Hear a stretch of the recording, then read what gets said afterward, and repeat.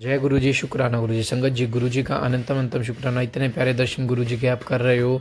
गुरु जी की ब्लेसिंग्स है जो गुरु जी आपको इतनी प्यारे दर्शन दे रहे हैं। गुरु जी अपनी मौजूदगी में शिव पुराण के पाठ को करवा रहे हैं।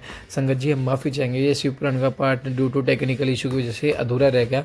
आज से शिव पुराण का पाठ दोबारा से शुरू हो रहा है चैनल पर, तो आप सभी ज़रूर सुने और प्यारा सा कमेंट करके हाजिर जरूर लगाए। चैनल को सब्सक्राइब कर ले, बेल आइकन को प्रेस करें और हाँ, अपना शुक्राना सत्संग हमारे साथ शेयर करें, क्योंकि हमने नंबर डिस्क्रिप्शन पे दे रखा है।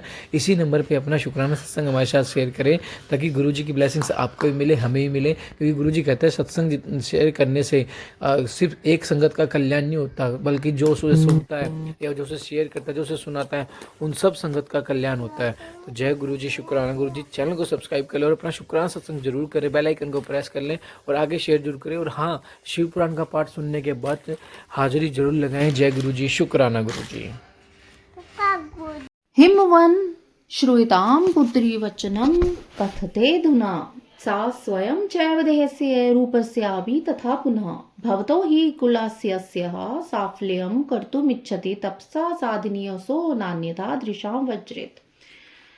हे हिमालय, आपकी पुत्री पार्वती जो आपसे कुछ कहना चाह रही है उसे सुनिए। यह आपकी पुत्री अपने शरीर, रूप और अपने कुल को भगवान शंकर की आराधना से सफल बनाना चाहती है। वे शंकर तपस्या से साध्य हैं, अन्य उपाय से उनका दर्शन संभव नहीं है।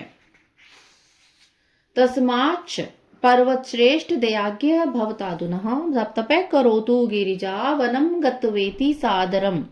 हे गिरिराज, इसलिए आपकी समय आज्ञा प्रदान करनी चाहिए, जिससे गिरिजा वन में जाकर आदर पूर्वक तपस्या करे। ब्रह्मवाच, ब्रह्मा जी बोलते हैं, इत्येवं च तथा पृष्ठम सखिभ्याम मुनि सतम पार्वत्या सुविच्यार्थ गिरिराजो ब्रवीविदम। हे मुनिश्रेष्ठ, पार्वती जी की सखियों के द्वारा इस प्रकार पूछे जाने पर गिरिराज भली भांति विचार करके यह कहने लगे। हिमालय वाच, हिमालय बोले, महाम च रुच्यर्थम मेनाये रुच्याथम पुनः यथेदम भवितव्यम च कीमता पुरमत्तमम साफल्यम तो मदिस्य कुलस्य च न संशय मात्रे तु रुच्यते चेवेदे ततः शुभद्रम न किम। मुझे तो यह बात अच्छी लगती है, परंतु यदि पार्वती की माता को यह बात अच्छी लगे तो ऐसा ही होना चाहिए। यदि ऐसा हो तो इससे बढ़कर और क्या बात हो सकती है। यदि पार्वती की माता को यह बात रुचिकर लगे तो इसमें हम और हमारा कुल दोनों धन्य हो जाएंगे। इससे बढ़कर और शुभ कारक कौन सी उत्तम बात हुई। ब्रह्मोवाच, इत्येवं वचनं पित्रा प्रोक्तं श्रुत्वा तु ते तदा जगमद्रुमात्रं सख्यो तदा तेः तया सह गत्वा तु मात्रं तस्य पार्वतीस्ते च नारद सुप्रणम्य करो बद्ध्वा चतुर्वचन मधरात्।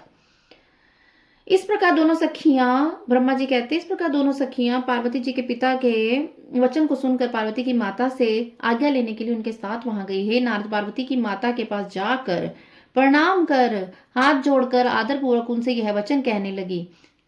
सख्या वूचतु, सखियां बोली, मातस्तवम वचनम पुत्र्यः शृणु देवी नमोस्तुते सुप्रसन्नतया त्वदे श्रुत्वा कर्तुमिहार्षि। तप्त कामा तु ते पुत्री शिवार्थं परम तपः प्राप्तुनघ्य पितास्य तुभ्यं च परिपृच्छति। इयं स्वरूपासफल्यं कर्तु कामा पतिव्रते त्वदाज्ञा यदि जायेत तप्यते च तथा तपः। हे देवी, आपको नमस्कार है। हे माता, आपने पार्वती के वचन को सुनिए और सुनकर प्रसन्नतापूर्वक स्वीकार कीजिए। आपकी यह पुत्री शिव जी को प्राप्त करने हेतु तपस्या करना चाहती है। इसे तप करने की आज्ञा पार्वती पिता से प्राप्त हो गई है। अब आपसे यह पूछ रही है, हे पतिव्रते, यह उत्तम पति प्राप्त करने हेतु अपने स्वरूप को सफल करना चाहती है, तो यदि आज्ञा हो तो यह तपस्या करे। ब्रह्मोवाच, ब्रह्मा जी बोली, तिक्त्वा च तथा साख्यो तूष्णीमास्तां मुनीश्वर नांगी चकार मीना सा तदाख्याम खिन्न मानसा तथा सा पार्वती प्राह स्वयमेवाथ मातरम करो बद्ध्वा विनात्मा समृत्वा शिव पदाब्जम। हे मुनीश्वर, इस प्रकार कहकर सखियां चुप हो गई। ब्रह्मा जी बोल रहे हैं, मैना यह सुनते ही खिन्न मन वाली हो गई और उन्होंने इस बात को अस्वीकार कर दिया। तब वे पार्वती शिव जी के चरण कमलों का ध्यान कर हाथ जोड़कर विनिम्र होकर अपनी माता से स्वयं कहने लगी। पार्वत्युः उवाच, पार्वती बोली, मातस्तपतुं गमिष्यामि प्रातः प्राप्तुं महेश्वरम् अजुजानीहि मां गन्तुं तपस्येद्य तपव। हे मातः, मैं महेश्वर को प्राप्त करने के लिए प्रातः काल तपस्या हेतु तपोवन जाना चाहती हूँ, अतः आप मुझे जाने के लिए आज ही आज्ञा प्रदान करें। ब्रह्मोवाच, ब्रह्मा जी कहते हैं, इत्य करणे वच पुत्र्य मेन दुखम उपागतः सोपुहे तथा पुत्री मुवाच विकला सती। पुत्री की आवाज सुनकर मेना दुखी हो गई और विकल होकर पुत्री को अपने पास बुलाकर कहने लगी। मेनोवाच, मेना बोलती है, दुखितासी शिव पुत्री तपस्तपतुम पुरा यदि तपश्चर गृह्यद्य त्वं न बहिर्गच्छ पार्वती कुत्र यासि तपः कर्तुं देवा सन्ति गृहे मम तीर्थानि च समस्तानि क्षेत्राणि विविधानि च कर्तव्यो न हठः पुत्री गन्तव्य न बहिः क्वचित् साधितं किं त्वया पूर्वं पुनः किं साधयिष्यसि शरीरं कोमलं वत्से तपस्तु कठिनं महत् एतस्मत्स्तु त्वया कार्यं तपोत्र न बहिर्व्रज स्त्रीणां तपोवगर्तिनः श्रुता कामनार्थिनी तस्मात्त्वं पुत्री मां काशी तपोर्थम गमनम प्रति। पुत्री की यह बात सुनकर मैना दुखी हो गई और विकल होकर पुत्री को अपने पास बुलाकर कहने लगी। मैना बोलती है, हे शिवे, हे पुत्री, यदि तुम दुखी हो और तपस्या करना चाहती हो तो घर में तपस्या करो, हे पार्वती अब बाहर मत जाओ। जब मेरे घर में ही सब देवता तीर्थ समस्त क्षेत्र विद्यमान है तो तब करने के लिए तुम यत्र कहाँ जा रही हो? हे पुत्री, तुम हट मत करो और न तो कहीं बाहर जाओ। तुमने पहले ही यह सिद्ध कर लिया और अब क्या सिद्ध करोगी? हे वत्से, तुम्हारा शरीर कोमल और तपस्या तो करना बड़ा कठिन कार्य है, इसलिए तुम यही तपस्या करो, कहीं बाहर मत जाओ। मनोकामना की पूर्ति के लिए स्त्रियों के वन में जाने की बात तो मैंने नहीं सुनी है, इसलिए पुत्री तपस्या करने के लिए वन गमन का विचार मत करो। ब्रह्मवाच, ब्रह्मा बोले, त्येयं बहुधा पुत्री तन्मात्रा विनिवारिता संवादे न सुखम किंचिद्वारण्यथ्य महेश्वरम तपो निषिधाम तपसे वनम गंतुम च मीन्यः हेतुना तेन सोमेति नाम प्राप शिव तदा अथ ताम दुखिताम ज्ञात्वा मेना शैलप्रिया शिवाम निदिशं सा द्वधो तस्यां पार्वतस्य तत्त्वस्तपस्ये मुनेः मातुराज्ञां च संप्राप्य सुव्रता मुनिसतं तथा संवाते सुखं लेभे पार्वती समृत शंकरः मात्रं पितरं साथ प्रणिपत्य मुदा शिवा सखेभ्यं च शिवं समृत्वा तपस्तप्तुः समृत्तः हित्वा मतान्येकानि वस्त्राणि विविधानि च वल्कानि धृतांशुः मोहुंजीं बुद्ध्वा तु शोभनम्। ब्रह्मा जी क्या कहते हैं, इस प्रकार उसकी माता ने अनेक प्रकार के से पुत्री को वन में जाने के लिए मना किया, किंतु शंकर जी की आराधना के बिना कहीं भी उन पार्वती को शांति नहीं मिल रही थी। मैना ने बार बार तपस्या के निमित्त वन में जाने से रोका, इसी कारण वे शिवा ने उमा नाम प्राप्त किया। हे मुने, इसके बाद तपस्या की अनुमति न मिलने से उन शिवा को दुखी जानकर शैलप्रिया मैना ने पार्वती को तप में जाने के लिए आज्ञा प्रदान की। हे मुनि श्रेष्ठ, माता की आज्ञा पाकर उत्तम व्रत वाली पार्वती ने शंकर का स्मरण करते हुए अपने मन में बड़े सुख का अनुभव किया। तदंतर शिवा माता पिता को प्रसन्नतापूर्वक प्रणाम करके अपने दोनों सखियों को साथ लेकर शिव जी का स्मरण करके तपस्या के लिए वन में चली गई। उन्होंने अनेक प्रकार के विचारों, प्रिय वस्तु, नाना प्रकार के वस्त्रों का परित्याग करके मोजी मेखला बांधकर सुंदर वल्कल को धारण किया। हित्वाहारम तथा चर्ममृगस्य परम धृतम जगाम तपसे तत्र गंगावतरणम प्रति, और बहुमूल्य हार उतार कर मृग चर्म धारण कर लिया।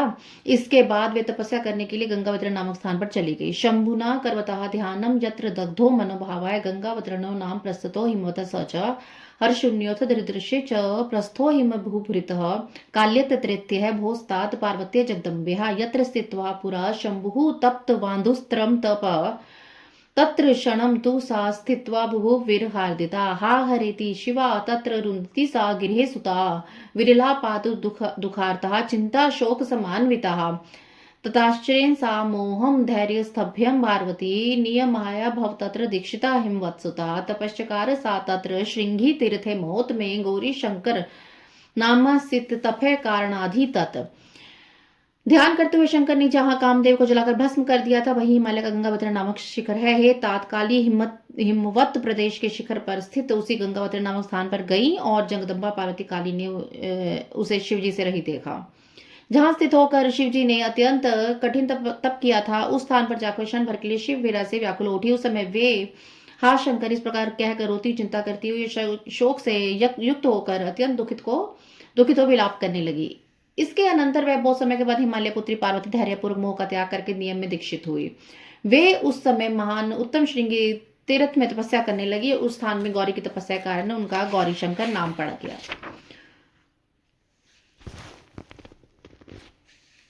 सुंदराश्च द्रुमास्त्र पवित्र शिवाय मुने आरोपितः परीक्षार्थं तपसे फलभागिना भूमि शुद्धं ततः कृत्वा वेदीं निर्माय सुंदरी तथा तपः सम्राब्धं मुनिनामपि दुष्करं विग्रह मानसा सर्वाणि इंद्रियाणि सहर्षुषा समुस्पतानि के तत्र चकार परम तपः। हे मुने, जब वहां पार्वती ने अपनी तपस्या की परीक्षा के लिए अनेक प्रकार के पवित्र सुंदर फलवान वृक्ष लगाए, उन सुंदरी ने भूमि शुद्धि और वेदी का निर्माण करके मन के साथ समस्त इंद्रियों को रोककर उसी स्थान पर मुनियों के लिए भी कठिन तपस्या आरंभ कर दी। ग्रीष्मे च परितो वह्यम प्रज्वलंतम दिवानिशम कृत्वा तस्थो च तन्मध्ये सततम जपति मुनम। वे ग्रीष्म काल में दिन रात अग्नि प्रज्वलित करके उसके बीच में बैठकर पंचाग्नि तापती हुई पंचाक्षर महामंत्र का जप करती थी। सततम जय वर्षासु स्थिंडले सुरस्था शिला पृष्ठे च संसिक्ता बभूव जलधाराय शीते जलांतरे शश्वास्तो च भक्ति तत्परः अनारत पतत्र निहारेशु निशाचुष। वे वर्षा के समय पत्थर की चट्टान के स्थालिंडर पर सुस्थिर आसन लगाकर बैठी हुई खुले आकाश के नीचे जल की धारा सहन करती हुई भक्ति में तत्पर होकर निराहार रहकर शीत काल की रात्रियों में निरंतर शीतल जल में निवास करती। एवं तपे प्रकुर्वाणा पंचाक्षर जपे रथा दद्यो शिवम शिवः तत्र सर्वकाम फलप्रदम। स्वारोपितान शुभान वृक्षान सखीभिः सिंचति मुदा प्रत्यहं सवकाशे सा तत्र तिथ्यं कल्पयत वातश्च तथा शीतवृष्टि विविधा तत्स्या तथा दुसोऽपि तथा घमस्तस्य सेह सुचित्यः दुखम च विविधम तत्र गणितम न त्यागतम केवलम मन अध्याय शिवे सासिस्ताः मुने। इस प्रकार पंचाक्षर मंत्र के जप में रत होकर तप करती हुए संपूर्ण मनोवांछित फल के दाता शंकर का ध्यान करने लगी। वे प्रतिदिन अवकाश मिलने पर अपने द्वारा लगाए हुए सुंदर वृक्षों को सखियों के साथ प्रसन्नतापूर्वक सींचती तथा अतिथि सत्कार भी करती थी। शुद्ध चित्त वाली वे पार्वती आंधी सर्दी अनेक प्रकार की वर्षा तथा असह्य धूप बिना कष्ट माने सहन करती थी। हे मुने, इस प्रकार उनके ऊपर अनेक प्रकार के दुख आए परंतु उन्होंने उसकी परवाह नहीं की। वे केवल शिव में मन लगाकर वहां स्थित थे। प्रथम फल भोगे द्वितीय पर्ण भोजन तप प्रकृति देवी क्रमान्य अन्मिता समा ततः प्रणयापि शिवा निरस्य हिमवत्सुता निराद्भव देवी तपश्चन सरितम। इस प्रकार तप करती देवी ने पहले फलाहार से और फिर पत्ते के आहार से क्रमशः अनेक वर्ष बिताए। तदंतर हिमालय पुत्री शिवा देवी पत्ते भी छोड़कर सर्वथा निराहार रहकर तपस्या में लीन रहने लगी। आहारे त्यक्त पर्णा भूदस्मि द्युतः सुता तेन दवैर्वर्णेति कथिता नामतः शिवा। जब उन हिमालय पुत्री शिवा ने पत्ते खाना भी छोड़ दिया तब वे शिवा देवताओं के द्वारा अर्पणा कहने जाने लगी। एक पाद स्थिता साक्षी शिशवं समृत्य पार्वती पंचाक्षरम जपन्ती च मनम तेपेः तपो महता चीर वल्कल संविता जटा संघात धारिणी शिव चिंतन संसक्ता जिगाए तपसा मनीन। इसके बाद पार्वती भगवान शिव का ध्यान करके एक पैर पर खड़ी होकर पंचाक्षर मंत्र का जप करती कठोर तपस्या करने लगी। उनके अंग चीर और वल्कल से ढके थे। वे सिर पर जटाजूट का धारण किए हुए थे। इस प्रकार शिव जी के चिंतन में लगी हुई पार्वती ने तपस्या के द्वारा मुनियों को भी जीत लिया। एवं तस्यास्त पश्यन्त्याः चिन्तयन्त्याः महेश्वरं त्रीणि वर्ष सहस्राणि जगमुः कल्यास्तपवनेः। षष्टि वर्ष सहस्राणि यत्र तेपेः तपोहरे तत्र षण्मथोषित्वा चिन्तयमास सा शिवा। नियमस्थां महादेव किं माहं जनासि नाधुना येनां सुचिरिं तेन नान्युयाता तपोरतः। लोके वेदे च गिरीशो मुनिभिगते सदा शंकरः स हि सर्वज्ञ सर्वात्मा सर्वदर्शिनः सर्वभूतिप्रदो देवः सर्वभावानुभावनः भक्ताभीष्टप्रदो नित्यं सर्वकलेश निवारणः।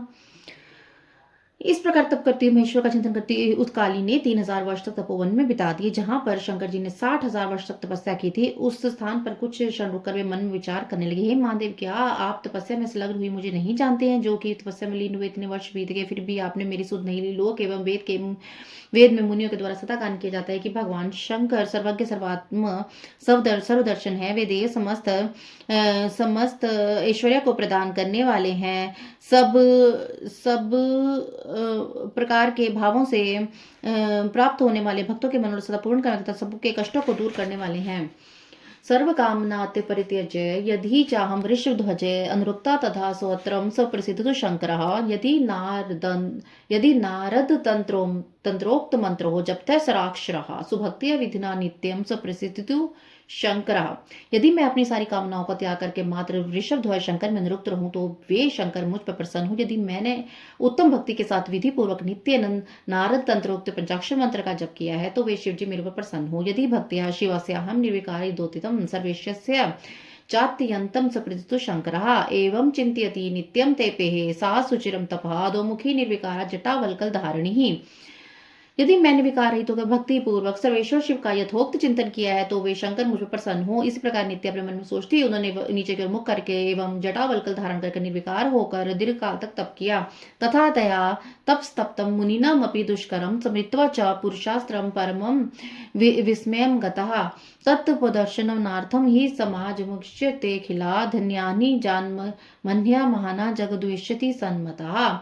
इस तरह उन्होंने मुनियों के लिए भी दुष्कर तपस्या की जिसका स्मरण करके वहां सभी पुरुष परम विस्मय में पड़ गए। उनकी तपस्या देखने के लिए सभी लोग वहां उपस्थित होकर अपने को धन्य मानते हुए एक स्वर में कहने लगे, महताम महताम धर्म विदेशु गमनम श्रेय उच्यते प्रमाणम तपसो नासति मान्यो धर्म सदा बुद्धे श्रुत्वा दृष्ट्वा तपयोस्तु किमन्यः क्रियते तपः अस्मात् पौधिकम लोके न भूतम न भविष्यति। जलपंत इति ते सर्वे सुप्रश्य शिवतपः जगन्मोत्सवं धाम मुदितः कठिनादश्च येऽपि अनिच्छनु महर्षे तं त्वं प्रभावेन तपस्सुधना पार्वती जगदम्बाय पराश्चकरं महत तदाश्रमगता ये च स्वभावन विरोधिना तेऽप्यस्य संस्त प्रभावेन विरोधरहितस्तदा सिंहा गावश्च सततं राग दिदोष संयुता तन्महिमा च ते तत्र नाबन्धन्त परस्परम्। अथान्ये च मुनिश्रेष्ठ मार्जरामूषकादयः निसर्गो द्वारिणो यत्र विक्रियन्ते स्म न क्वचित्।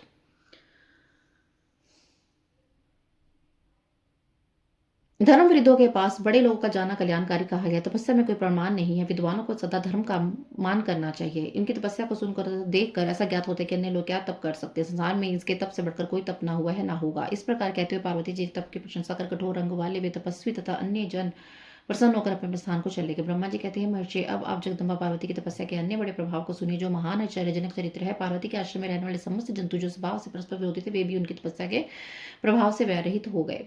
निरंतर राग आदि द्वेष युक्त वे सिंह और गो आदि भी वहां उनकी तपस्या की महिमा से परस्पर बाधा नहीं पहुंचाते थे। हे मुनिश्रेष्ठ मार्जार मूषक आदि भी मूषक आदि जो भी स्वभाव से आपस में वैर भाव करने वाले हैं वे भी एक दूसरे के प्रति कभी विकार भाव नहीं रखते थे। वृक्षाश्च सफलास्त्र तृणानि विविधानि च पुष्पानि च विचित्राणि तत्रासन्मितं त्वदनं च ततः सर्व कैलासनोपमितं जातं च तपस्तस्यः सिद्धिरूपं भूततः। हे मुनिसत महाफल युक्त वृक्ष विविध प्रकार के तृण और विचित्र पुष्प उत्पन्न हो गए। वहां संपूर्ण वन उनकी तपस्या की सिद्धि के रूप में हो गए और कैलाश के समान मालूम पड़ने लगा। इति श्री श्री महापुराण द्वितीयानुरुद्ध संहितायां तृतीय पार्वती खंडे पार्वती तपोवर्णम नाम द्वादविंशोऽध्याय। इस प्रकार श्री श्री महापुराण के अंतर्गत द्वितीय संहिता के तृतीय पार्वती खंड में पार्वती तपस्या वन नामक 22वां अध्याय पूर्ण हुआ। जय गुरु जी, शुक्राना गुरु जी।